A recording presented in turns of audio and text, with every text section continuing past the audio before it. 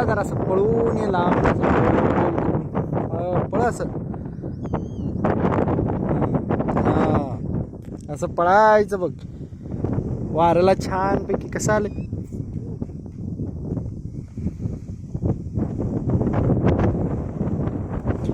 जाऊ दे पुण्याला.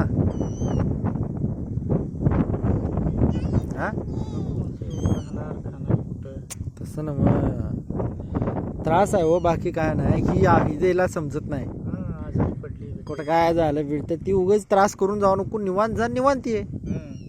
उगं कोणाला घेऊन जायची गरज नाही, कुठं जायची गरज नाही. कुणाचं लग्न करून यायचं झालं. आणि एक दिवस थोडी आहे, दुसऱ्या दिवशी येणार आहे.